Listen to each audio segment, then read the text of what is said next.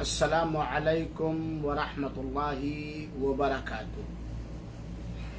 بسم اللہ الرحمن الرحیم۔ الحمد للہ رب العالمین والعاقبۃ للمتقین والصلاۃ والسلام علی نبینا الکریم وعلی آلہ وصحبہ اجمعین ومن والاہ بإحسان إلى يوم الدین، اما بعد۔ حاضرین کرام، خواتین ملت، عزیز بچوں اور بچیوں، اور احساء اسلامی سینٹر حفوف صوبہ اردو کے اس پروگرام سے فائدہ اٹھانے والے احباب اور سامعین کرام، ہونا تو یہ چاہیے تھا کہ نماز نبوی شرعی کورس کے اگلے سبق کو میں آپ لوگوں کو پڑھاتا، مگر امت کے فائدے کے خاطر میں آج موضوع بدل کر قربانی سے متعلق نہایت مفید چند باتیں آپ حضرات کے سامنے رکھنا چاہتا ہوں۔ اس کی وجہ یہ ہے کہ قربانی جس کی آمد میں چند دن اور باقی ہیں، اور امت محمدیہ کے مردوں اور عورتوں کو قربانی سے متعلق اہم معلومات کی جانکاری کی سخت ترین ضرورت ہے۔ یہ الگ بات ہے کہ باقاعدہ قربانی کے مسائل سے متعلق بہت سارے علماء اور دعات کی کلپسیں یوٹیوب پر، فیس بک پر موجود ہیں۔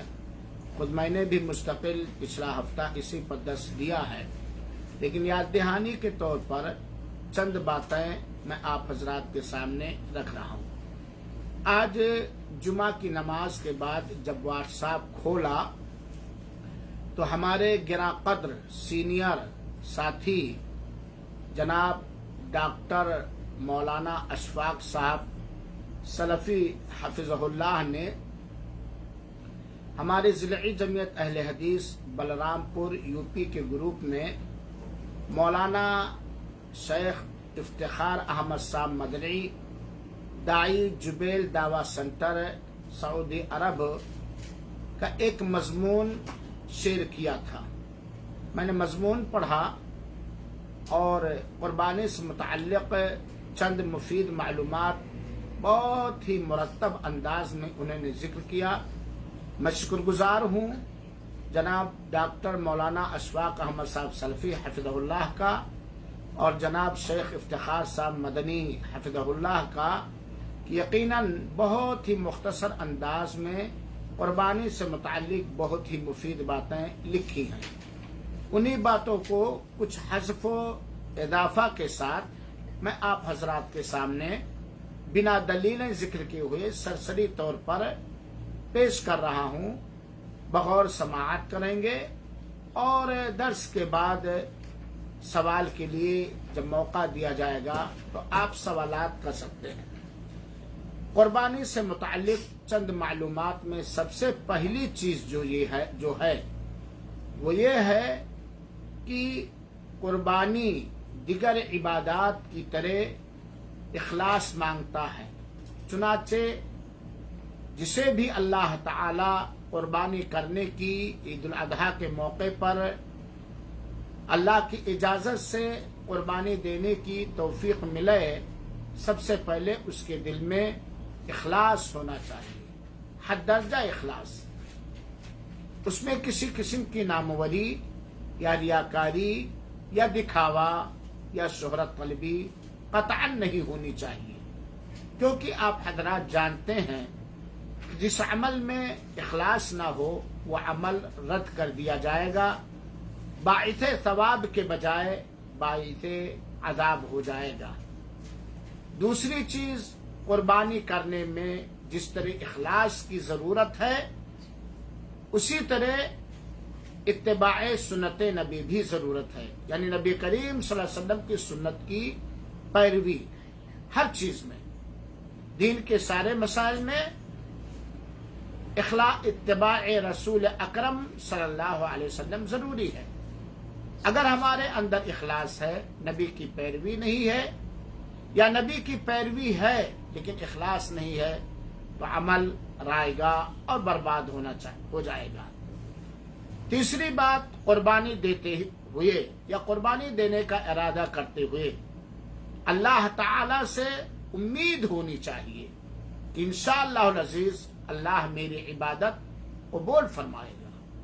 اسی طریقے سے اس عبادت سے حد درجہ الفت، محبت اور دلی لگاؤ ہونی چاہیے۔ قربانی ہم کر رہے ہیں دلی لگاؤ کے ساتھ، دلی محبت کے ساتھ، کیونکہ یہ اللہ تعالیٰ کے ہاں ایک محبوب ترین عمل ہے۔ اسی طریقے سے اس بات سے بھی خوف کھانا چاہیے، ڈرنا چاہیے، اور یہ ہر عمل میں ضروری ہے کہ کہیں ایسا نہ ہو کہ اللہ تعالیٰ رد کر دے، ایسے کام ہم سے نہ ہو جائیں جن کاموں کی وجہ سے ہماری قربانی دربار الہی میں شرف قبولیت پانے کے بجائے رد نہ کر دی جائے۔ تو یہ خاص طور پر ہر عمل کے اندر ہونا چاہیے، اخلاص، نبی کی پیروی، قبول کرنے کی اللہ تعالیٰ سے امید، رد کر دینے کا خوف اور ڈر، اور اس عبادت سے محبت۔ اسی طریقے سے قربانی انہی جانوروں کی کرنی ہے یا کرنی چاہیے جن جانوروں کی قربانی کرنے کی اجازت شریعت مطہرہ نے دی ہے اور سنت پاک سے ثابت ہے، اور وہ 4 جوڑے ہیں: گائے، اونٹ، بکرا اور بکری، بھیڑ اور دمبا۔ تو انہی جانوروں کی قربانی راجح قول کے مطابق، میری تحقیق کے مطابق جائز ہے۔ گائے یا بیل، اونٹ یا اونٹنی، بکرا یا بکری، بھیڑ یا دمبا۔ اور قربانی کے اندر عمر کے سلسلے میں جو اختلافات ہیں اس سے قطع نظر قربانی کا جانور داتا ہونا چاہیے۔ صحیح بات میری تحقیق کے مطابق یہی ہے کہ ادنت بنا داتا جانور کی قربانی سنت رسول اکرم صلی اللہ علیہ وآلہ وسلم کے بالکل خلاف ہے۔ میرے بھائیوں اور ساتھیوں، ان چند اضافی معلومات کے بعد جو شیخ افتخار صاحب نے لکھا ہے، اب ہم اسے سنیں، بڑے غور سے سنیں، بڑی مفید معلومات ہے، نچوڑ ہے اس تحریر کے اندر، قربانی کے بہت سارے اہم مسائل کے نچوڑ ہیں۔ انسان کے پاس، کسی بھی مسلمان مرد اور عورت کے پاس اگر قربانی کرنے کی استطاعت اور طاقت ہے تو اسے قربانی کرنی ہی کرنی چاہیے، کیونکہ اللہ کے رسول اکرم صلی اللہ علیہ وسلم نے اس پر زور دیا ہے، اور قرآن مجید میں اللہ تعالیٰ نے قربانی کرنے کا حکم دیا ہے۔ اور اگر استطاعت نہیں ہے، طاقت نہیں ہے، تو قربانی نہ کرنے میں کوئی حرج نہیں ہے، اور ہر آدمی قربانی کرنے سے متعلق اپنی طاقت اور اپنی استطاعت کا اندازہ رکھتا ہے۔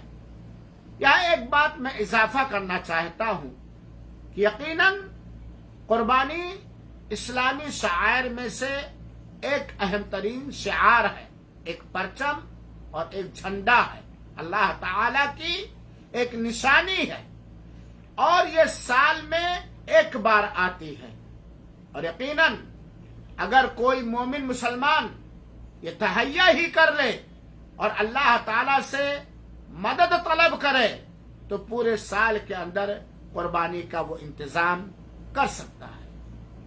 اور قربانی یہ اسلام کا ایک شعار ہے، پرچم ہے، چنانچہ ہر مسلمان کو اس شعار کی تعظیم، عزت کرنی چاہیے، اور اس کے آبرو کا خیال رکھنا چاہیے، اس کے تقاضوں کی تکمیل کرنی چاہیے، کیونکہ شعائر اسلام کی تعظیم ہی دل کا تقویٰ ہے۔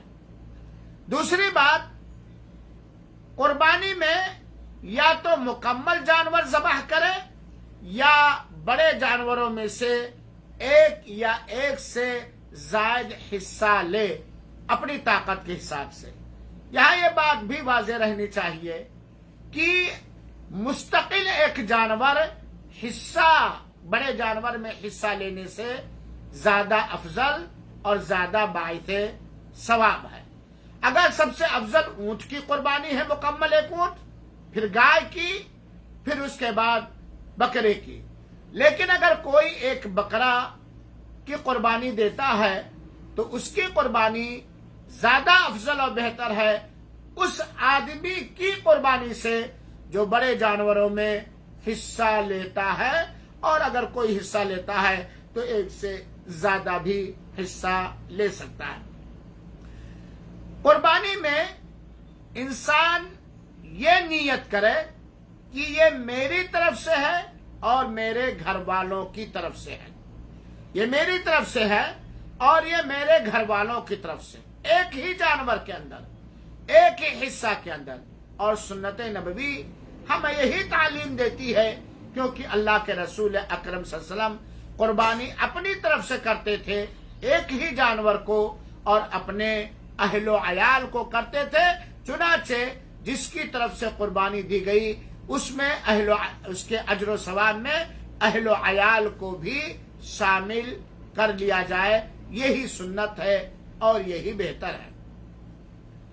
اسی طریقے سے اگر بیٹا باپ کے ساتھ ہو تو باپ کی قربانی کافی ہوگی بیٹے کے لیے۔ جوائنٹ فیملی ہے، باپ، بیٹے، بیٹیاں سب ایک ہیں، تو اگر قربانی بیٹا باپ کی طرف سے، اگر باپ کی طرف سے کر رہا ہے یا باپ کر رہا ہے تو یہ قربانی، اور بیٹا باپ کے ساتھ ہے تو یہ قربانی بیٹے کے لیے بھی کافی ہوگی۔ اور اگر باپ سے الگ ہو، بیٹا باپ سے الگ ہے، تو اس کو بھی اپنی طرف سے قربانی کرنی چاہیے، کیونکہ ہر صاحب استطاعت کو قربانی کرنی چاہیے۔ اس سلسلے میں ایک بات اور جان لے، اگر کئی بھائی ہوں تو اگر سب ساتھ میں ہوں، جوائنٹ فیملی سب ساتھ میں ہوں، اگر ایک دوسرے سے الگ ہو تو سب کو اپنی اپنی قربانی کرنی چاہیے۔ اگر سب ایک ساتھ ہیں، سب کی کمائی ایک ہی جگہ ہوتی ہے تو ایک کی طرف سے کر کے سارے لوگوں کو شامل کیا جا سکتا ہے، لیکن الگ الگ ہے اور سب صاحب استطاعت ہیں تو ہر ایک کو قربانی الگ الگ کرنی چاہیے۔ چھٹی بات، یہ مسئلہ بڑا مختلف فی ہے، لیکن برس سے تحقیق اور چھان بین کرنے کے بعد یہی بات سمجھ میں آتی ہے کہ میت کی طرف سے وفات پائے ہوئے انسان کی طرف سے مستقل طور پر ایک جانور یا کسی جانور کا ایک حصہ قربانی کرنا اللہ تعالی کے پیارے رسول اکرم صلی اللہ علیہ وسلم کی سنت سے ثابت نہیں ہے۔ میت کی طرف سے مستقل ایک جانور کی قربانی دینا یا ایک حصے کی قربانی دینا یہ مسنون نہیں ہے، یہ سنت نہیں ہے، کیونکہ اللہ کے رسول اکرم صلی اللہ علیہ وسلم نے اور صحابہ کرام نے ایسا کوئی عمل نہیں کیا ہے۔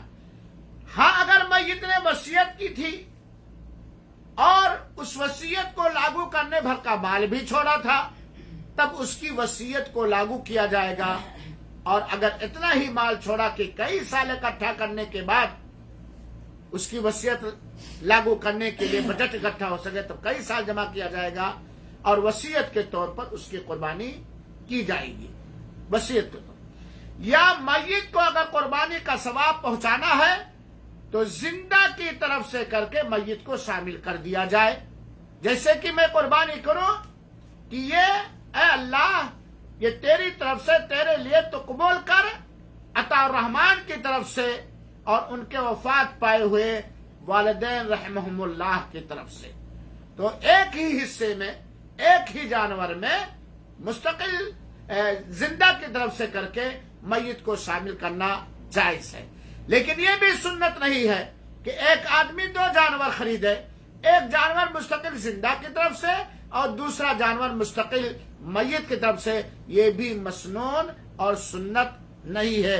اس مسئلے کو لوگوں کو سمجھنا چاہیے، کیونکہ قربانی میں اصل زندہ کی طرف سے ہے، اور اگر مستقل ایک جانور ایک حصے کی قربانی اللہ کے رسول سے ثابت ہوتی تو کہیں نہ کہیں ذخیرے احادیث کے اندر اس کا ذکر ہوتا، یا صحابہ کرام اور صحابیات سے ایسے عمل کا صحیح حدیثوں سے ثبوت ملتا، جبکہ وہاں ضرورت بھی تھی، حاجت بھی تھی، اور اللہ کے رسول کی زندگی مبارک میں بہت سارے آپ کے اقربا، آپ کی بیٹیاں، آپ کی بیویوں میں سے کچھ لوگ وفات بھی پا چکے تھے۔